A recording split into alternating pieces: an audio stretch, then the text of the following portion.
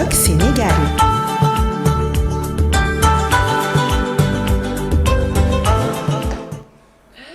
Éco-Net, alors nous allons parler de l'arrestation du directeur de publication de La Tribune, qui est un confrère quand même. Hein. Oui. Voilà, ce groupe appartient à Bougane Gueye Dany, qui est le président de Gëm Sa Bopp, d'un parti politique très virulent hein, contre Macky Sall et effectivement à un certain moment contre Ousmane Sonko.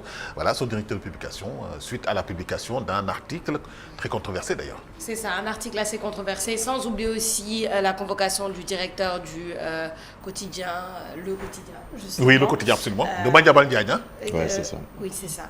Alors, on a en tout cas une réaction, tout d'abord pour commencer de la CAP, donc la coordination des associations de la presse qui a été publiée par Momo Douchor. En bref, la CAP a le profond regret de constater la reprise des convocations de journalistes dans le cadre de l'exercice de leurs fonctions. Nous sommes d'autant plus désolés et tristes que cela arrive à moins de 2 mois seulement de la prise de fonction du nouveau régime dont les principaux dirigeants sont devenus des symboles vivants de ces lois liberticides et rétrogrades contre la liberté d'expression. La coordination des associations de la presse, tout en renouvelant son soutien aux confrères et consoeurs, les invite à continuer à faire preuve de rigueur et de professionnalisme dans le traitement de l'information, d'utiliser des sources qualifiées et d'user de prudence dans la reprise des informations, surtout quand il s'agit d'informations sensibles. En quelques mots, le communiqué de la CAP. Réaction de Vieux Aïdara Karara qui dit « Mon souhait est que les journalistes convoqués ne soient pas privés de leur liberté. Cela doit devenir une exception pour tous les citoyens. Cependant, les confrères doivent aussi faire preuve de plus de responsabilité car reprendre des informations sans recoupement, c'est très limite. » On a Momo Douchor donc qui réagit. Donc le président du CORED, bien entendu, oui. Qui dit nous l'avons souligné dans le communiqué, mais l'État gagnerait à porter plainte devant le CORED. Karara qui répond, c'est cela que je préconise aussi. Cependant, de la même manière que les politiques et autres citoyens ne doivent pas être au-dessus de la loi, aucun pan de la société ne doit penser l'être. Reprendre les informations d'un site avec un article non signé est une violation du code de l'éthique et de la déontologie. Fan Diaga qui dit relater des faits, c'est ce que l'on vous demande, c'est ce que l'on veut. On est assez intelligent pour nous faire notre propre opinion. On a ensuite Abdoulaye Diamanka, lui qui dit vive le respect de la liberté, surtout dans la presse, qui doit aussi faire preuve de responsabilité. Alors, voilà, quelque chose d'assez sensible.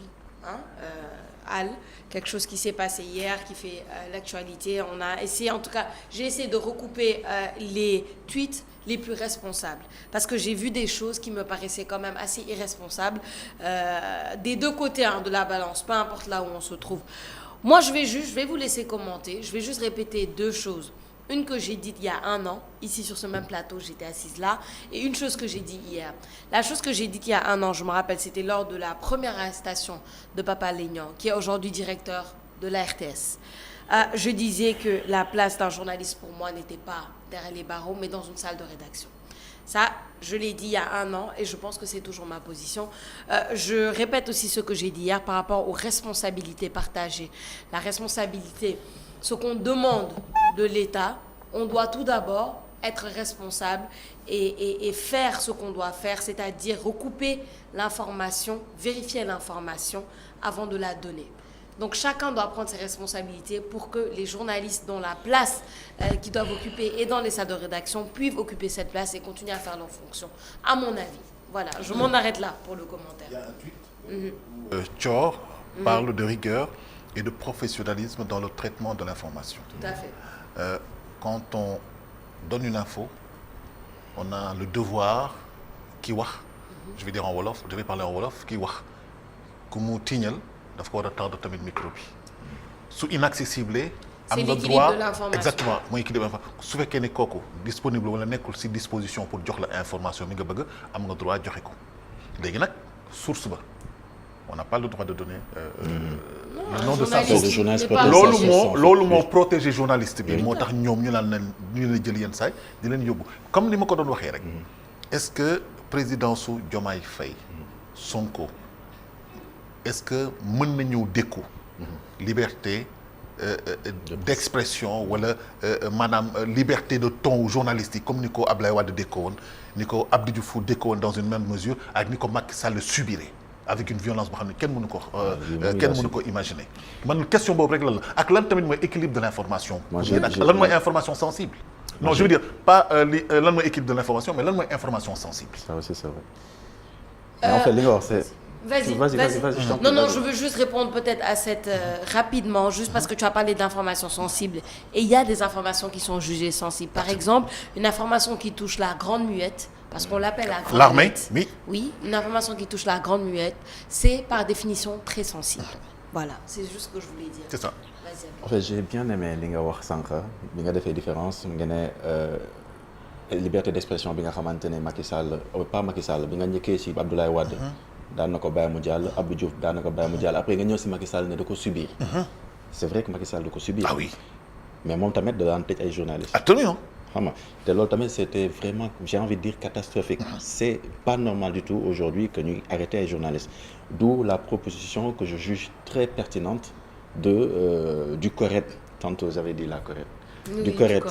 Du conseil pour l'observation des règles d'éthique et de déontologie ñoom ñooy gérer lépp loo nga xamante ne soxal na un peu jàdd yi nga xam ne yenn saa yi taskatu xibaar yi ñu ngi koy def ñoom tribunal des pairs lañ leen di juger ça veut dire quoi boo defee benn erreur jàdd saa waay dañ lay woo ne la li nga def nii fan nga ko teg yow nga am droit à la parole tu dis ce que tu penses par rapport à la situation. Mais mënuñu substituer à la justice en fait c'est ça qui est dramatique. waaw ma ñëw expliquer la parce que en fait proposition boobu c'est important te bu ñu demee un peu ci comment on appelle ça fi nga xamante ne actuellement ñu ngi koy. fi nga xam ne actuellement ñu ngi waxtaanee assise nationale soxal wàllum yoon ak yoon. réew mi actuellement proposition boobu noonu yóbbu nañu ko fa également pour waxtaanee ko ñu jéem a maanaam wàllum dépénalisation wàllum. taskatu xibaar yi ñu amal ko parce que c'est important. liberté de l'expression c'est important gis nga sànq tamit da nga poser beneen question bu am solo muy lan ban question exactement nga ne ndax Bassirou Diomaye Faye Ousmane Sonko mën nañoo dékku lii man pour man dañu ko war a dékku. ah dañu ko war a dékku c'est vrai. en fait du question que mën nañ ko wala ñàkk ñu ko. dañu ko war a dékku parce que ñoom jamono ji nga xamante ne ñu ngi woon opposition ñoom ils n'ont pas arrêté de dire en fait que liberté d'expression c'est un droit élémentaire au Sénégal dañ ko war a appliquer dañ ko war a may askan wi ñu mëtal ko. mais man dama bëgg aller dans le fond ça veut dire quoi sànq wax ngeen ko il y a des informations sensibles effectivement loo xamante ne bu concerner la grande muette. c'est vrai toute la sécurité nationale. c'est vrai que c'est sensible. voilà terme boobu la ñuy utiliser sax. d'ailleurs à l'Assemblée nationale dañ koy jàllale sans débat maanaam à l'Assemblée nationale députés yi doo leen gis foofu ñu taxaw devant les députés ku ci nekk di wax dañuy ñëw voter le budget sans débat on passe cependant sujet bi nga xamante ne indi nañ ko moi j'ai eu à lire l'article. boo lire l'article tu te diras en fait que le problème en réalité bu ñu sukkandikoo ci journalistes yi nga xamante ne ñoo bind article bi se trouve notamment ci Ousmane Sonko en tant que premier ministre ak prérogatives yi nga xamante ne war na koo am bu ñu lire article bi tu le vois clairement en réalité qu'ils disent que Ousmane Sonko il a voulu telle chose. C'est un article à charge. Il a dit telle chose. C'est ça. Et le général Kandé n'a pas voulu exécuter cette j'ai envie de dire comment on appelle ça non j'ai pas envie de dire requête mais cette nomination c'est une nomination non pas nomination en tout cas Ousmane Sonko a voulu que quelque chose se fasse mais le général Kandé a dit niet en fait ça se fera pas par une lettre qu'il a écrite léegi nag loolu mooy problème bi ba finalement ñu affecté ko ci article bi c'est écrit noir sur blanc notamment article quotidien bi mais mbir boobu bu amee yow nga jàpp ne lii amul dëggul mais ça va tu fais un démenti. Ouais. Aussi simple. Officiel. Tu fais un démenti après on passe à autre chose. Moi je pense que loolu la léegi nag dépénalisation par rapport à ce sujet. léegi nag su persister ci information bi à ce moment-là. Voilà. Voilà.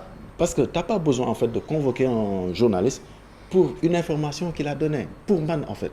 Pour man c'est pas nécessaire notamment sur cette actualité. C'est vrai tu me diras que actualité bi c'est sensible parce que là on parle de renégociation des termes du contrat militaire entre 4 pays yoo xamante ne vraiment ay puissance lañu au Sénégal. Canada, France, États-Unis etc. Donc peut-être sensibilité mën na nekkee foofu mais par ailleurs information bu dee c'est pas vrai Alaaji tu dis tout simplement cette information c'est pas vrai on passe à autre chose. T'as pas besoin de convoquer des journalistes pour ay. C'est vrai que le CORED serait légitime pour pouvoir juger ses pairs. Effectivement. On a le CORED justement qui est censé réguler tout ce qui est dans notre métier. Le CORED qui est là justement pour rappeler à l'ordre lorsqu'il le faut les journalistes. Malheureusement, on le voit à travers les sorties de Mamadou Thior qu'on a interrogé nous-mêmes hier, qui a repartagé la publication de la CAP, etc., que le CORED se sent peut-être un peu mis à l'écart par rapport à cette situation-là. Oui, ça aurait été bien. Comme je dis, ma position reste celle que j'avais durant l'arrestation de Papa Alain, qui a été arrêté sous le mandat du président Macky Sall, qui aujourd'hui a été nommé... Qui en a fait baver à Macky Sall aussi. Directeur faut le rappeler. de la RTS, oui, qui est aujourd'hui nommé directeur de la RTS. Donc, comme on dit, hein, dans la vie, rien ne se perd, rien ne se crée, tout se transforme. Et voilà, la vie est un éternel recommencement. Mais en tout cas, ce que je dis, c'est que j'en appelle en tout cas à peut-être la responsabilité de chacun, autant nous comme journalistes, parce que le but, c'est pas de se dédouaner. Je ne veux pas qu'on se dédouane, nous les journalistes. Je veux qu'on prenne nos responsabilités, de savoir, on nous a appris comment traiter une information. On nous a appris aussi comment traiter une information. Et comment la restituer. Comment la restituer, comment recouper, comment faire l'équilibre de l'information. Surtout. Donc on a cette responsabilité-là. En même temps, je le répète et je le dis, ma conviction c'est que la place d'un journaliste n'est pas derrière les barreaux. La place d'un journaliste est dans une salle de rédaction ou sur le terrain ou sur un plateau. Faisons son travail. Donc, c'est dommage qu'on en soit là. J'espère le mieux pour tout le monde et j'espère que chacun prendra ses responsabilités et que voilà, qu'on continue à le faire. Essayons d'informer juste et vrai. Hein? Essayons d'informer juste et vrai et dépassionnons en fait ce débat-là.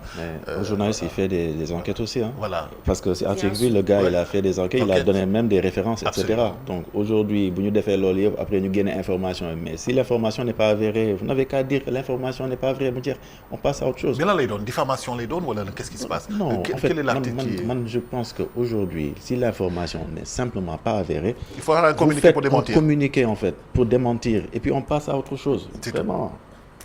Voilà. Pas besoin. Non, c'est pas question de compréhension de dédouaner les journalistes. Ça n'a pour moi, c'est non, pas ça. je Ça va au-delà. En réalité, ñi nga xamante ne ñoo bind article bi man pour man c'est vraiment des personnalités yoo xamante ne nekk nañu ci milieu journalistique bi, notamment directeur de publication. Ils sont pas dans la légèreté. C'est ça, notamment directeur de publication quand même quotidien. kooku noonu nekkul ci ay affaire de non. En plus kilifa la, il va pas donner des informations comme ça sans s'exposer pourtant les aussi. vérifier quand même. Il s'exposait. Voilà, donc moi je pense qu'aujourd'hui dañu war a juste génne benn démenti pour dire que li ñu wax amul. Et puis voilà, ku nekk jël responsabilité. J'espère que tu seras entendu et qu'ils vont revenir à de meilleurs sentiments. Rose, un avis en une minute?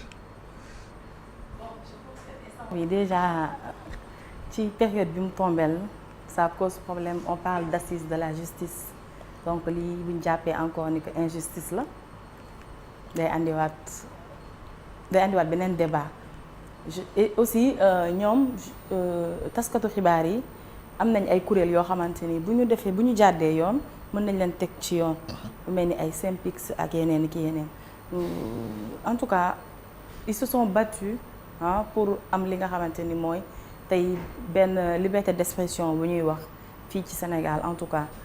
Même bu fekkee ni des na li tax ma ne des na mooy nguur bii dem ba tey gisoon nañ ni que amoon nañ ay jafe-jafe ñu bëri pour di exprimer wu librement et tout donc bii pas suñu ñëwaatee même pas 3 mois au pouvoir après ñuy convoqué ay taskatu xibaar dafay mel ni dañuy delluwaat encore ginnaaw donc avancement amaatul côté boobu noonu lu ci mënti am ñu xam ni que suñu toogee dina am ñoo xamante ni bon ils vont sentir que c'est des gens qui s'opposent mais des fois xam nga position yi tamit nit ku nekk da ngay assumer ses responsabilités.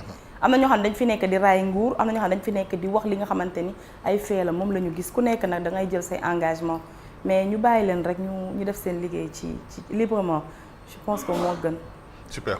Alors, mais écoute, les avis sont partagés. Hein? Oui, c'est ça. Il y a une différence aussi à faire entre liberté de presse et liberté d'expression. Absolument. Il y a une différence. Absolument. Ouais, il y a des gars Oui, non. C'était ça. En tout cas, c'est une affaire qu'on va suivre. On verra la suite, on en reparlera. Mais bon, c'était. Yàlla nañ ko bàyyi rek après ñu nekk si leneen daal ñu jàll si leneen ñu démentir wala ñu ne dëgg la wala du dëgg et puis ñu jàll si leneen. Merci Safia Ba. Merci beaucoup. Excellent week-end à toi. Excellent week-end à vous. Abdourahmane Ly. Excellent week-end à toi. C'est-à-dire excellent week-end. À lundi, Inch'Allah. Inch'Allah. Allez, Rose Lafleur. Pas lundi. ciao À lundi. à lundi. Mardi, ok. Rose Lafleur. naa. Ayo waay. Bye bye. Bye bye.